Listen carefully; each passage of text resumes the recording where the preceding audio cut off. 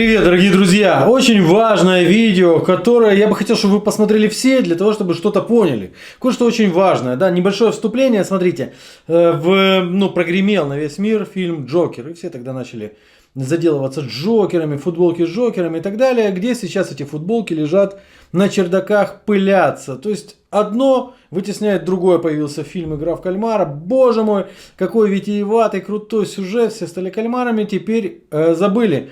Ну и ждут каких-то там сиквелов. На самом деле, я хочу сказать то же самое и относительно Зеленского. Постепенно эта штука становится холодной. Когда закончится война, возникнут вопросы. Эти вопросы начнут задавать и сотни тысяч людей, которые пришли с фронта, некоторые, которых привезли, потому что они стали инвалидами.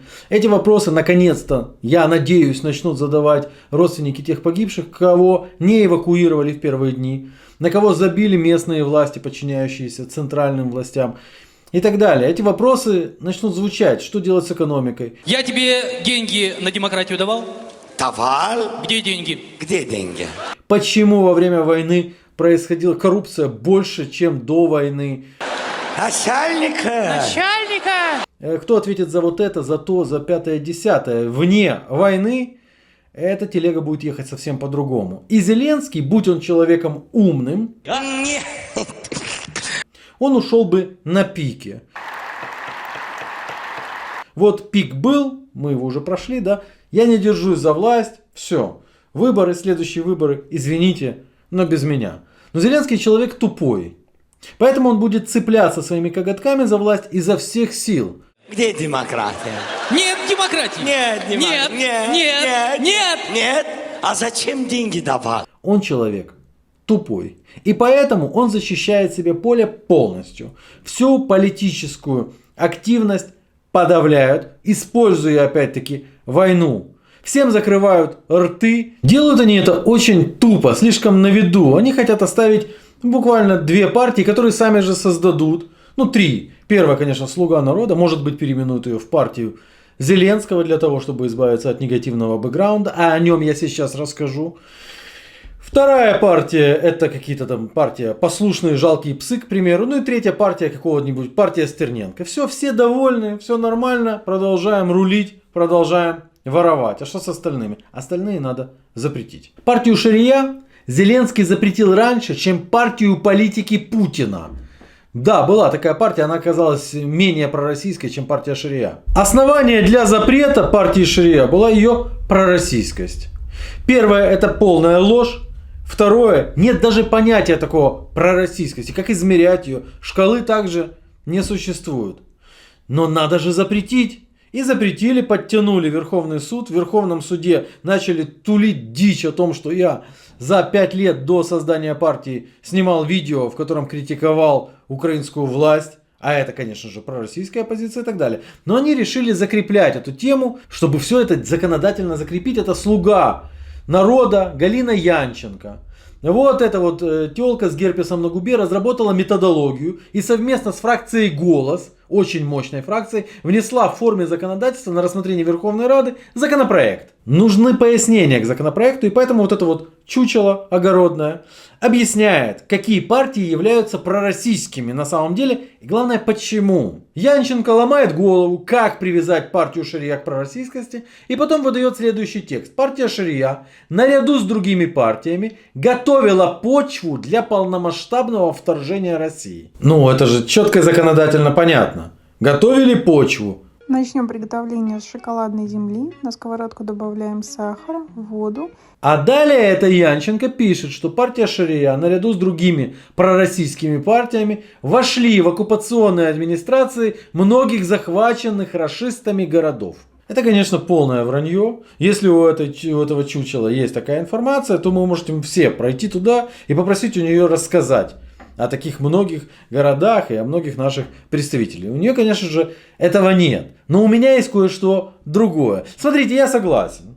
Если есть такая партия, к примеру, там, партия Сальдо, да, представители которой перебегают сразу же, когда заходят российские войска, они бегут им служить местным администрациям и так далее, наверное, с этой партией что-то не то. Я абсолютно согласен. Но у меня есть такая партия. Партия, сука, называется «Слуга народа». Эту партию необходимо запретить. Хочу сказати, якщо хтось з них раптом спокусився на пропозиції від цих окупантів, ви підписуєте собі вирок. А ее лидера и духовного наставника Зеленского посадить за измену родине. Хай знають усі колаборанти, яких вони знайдуть, що Україна їм не пробачить. Слуги народа заявляют в этом самом законопроекте, что партии депутатов, которые перешли на сторону оккупанта, не имеют права больше баллотироваться никогда. Ну что ж, давайте от слов к делу, к конкретике. Самая коллаборационная партия. Партия настоящих предателей и мразей. Александр Брюханов, мэр города Южный в Харьковской области, баллотировался на должность мэра от слуг народа. Развлекал Зеленского собственной персоной, когда тот гастролировал по объектам большой стройки. Через 4 дня после начала войны его арестовали за переговоры с российской стороной и саботаж обороны города. Что случилось бы с обычным человеком, которого арестовали бы, обычным чиновником, которого арестовали бы за подобного рода вещи? Он отправился бы на отсидку. Ему дали бы пятнаху. И он бы сидел эту пятнаху плохо. Сначала его взяли бы без возможности выхода под залог. Ну вы знаете, что с ними обычно случается. А может быть, обычного чиновника стрельнули бы на задворках и все. Но это же предатель от слуг народа. Поэтому его отпустили. И он вернулся к исполнению своих обязанностей, отделавшись условным сроком. Самый гуманный суд в мире! О, вам кажется это невозможно? Возможно. Идем дальше по списку. Итак, Игорь Дзюба, глава Марковской ОТГ, Луганская область. Чтобы вы понимали, глава ОТГ – это должность намного более ответственная, чем депутат местного уровня. Глава ОТГ – это десятки миллионов гривен. Это огромные территории, территориальные общины, которые находятся, по сути, под его руководством, назначают на такие должности особо доверенных людей. Вот его назначили. Он был популяризатором украинской идеи на Луганщине. Представляете? Популяризировал он украинскую культуру в Луганской области. Говорил и писал исключительно на украинском. Вот возьмите любой пост. Постил украинских военных, которых приглашал на свои мероприятия. В общем, смотрите, это настолько патриот, вот как представляют себе патриота. Вышиваночка, чуб, хорошо, чтобы засаленный, да? Шаровары, сало на столе. Вот так вот, да, патриот. Ой, какие українські стихи он цитировал. Послушайте, в моїй Україні немає кордонів, і море, і сонце, Дніпро, терикони, бла-бла-бла, моя Україна, люблю її, крапка. Любил он ее ровно до февраля 2022 года, когда перешел на сторону ЛНР.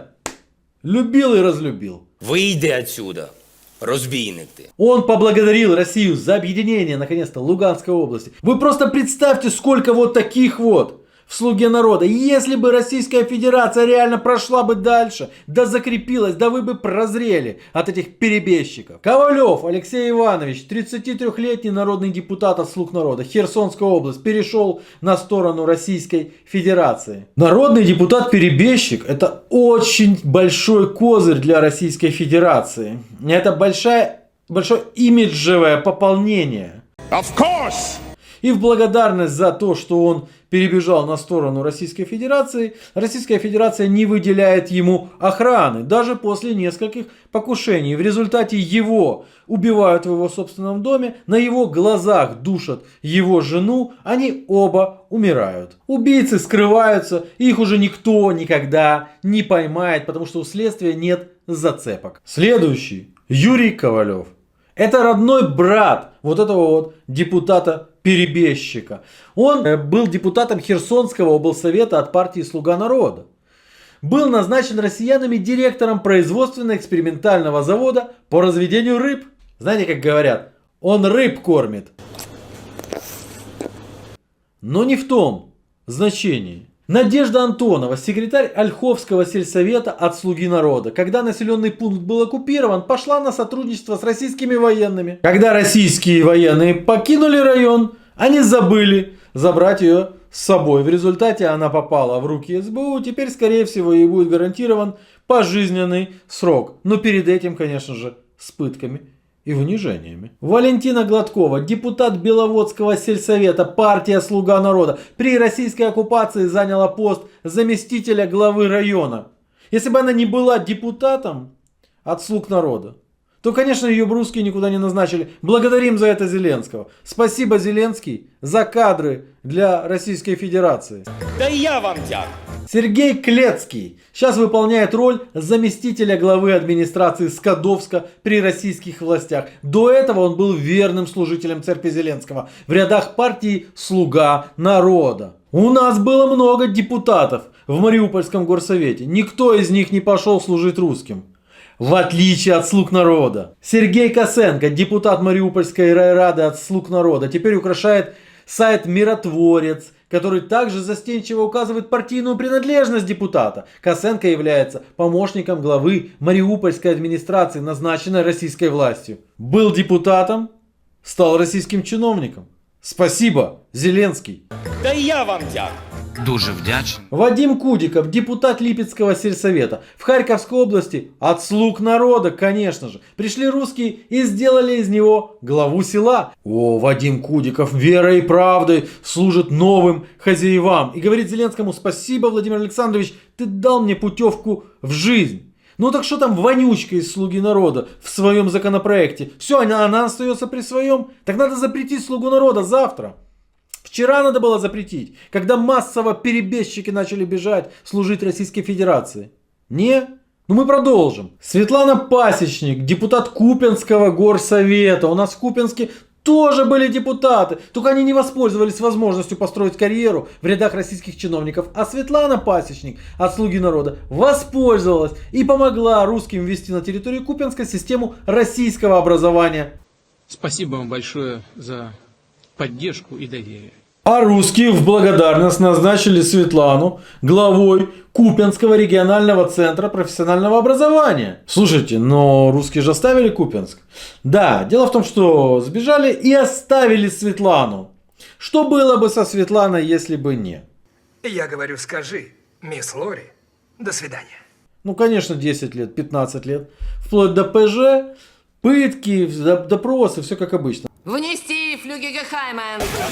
Но Светлана, она же все-таки, ну, по всей видимости, контактировала с кем-то там, на верхах. Поэтому вы просто не поверите. Светлана отделалась 3 месяцами ареста с лишением права занимать руководящие должности в течение 10 лет. А баллотироваться она может. Поэтому думаем, что мы ее еще увидим. Александр Радченко, тоже депутат Купенского горсовета, тоже от «Слуг народа» и тоже перешел на сторону Российской Федерации, снабжал их провизией со своего предприятия, тоже был брошен Российской Федерацией при отступлении. Что там в Херсоне у нас, друзья? В Херсоне тоже у нас есть Данил Репелевский. Данил Репелевский, депутат Херсонского облсовета от «Слуг народа», помогал российским военным расквартироваться в Херсонской области, помогал в финансировании референдума за присоединение Херсонской области к Российской Федерации. Людмила Хатиенко, еще один мэр-перебежчик.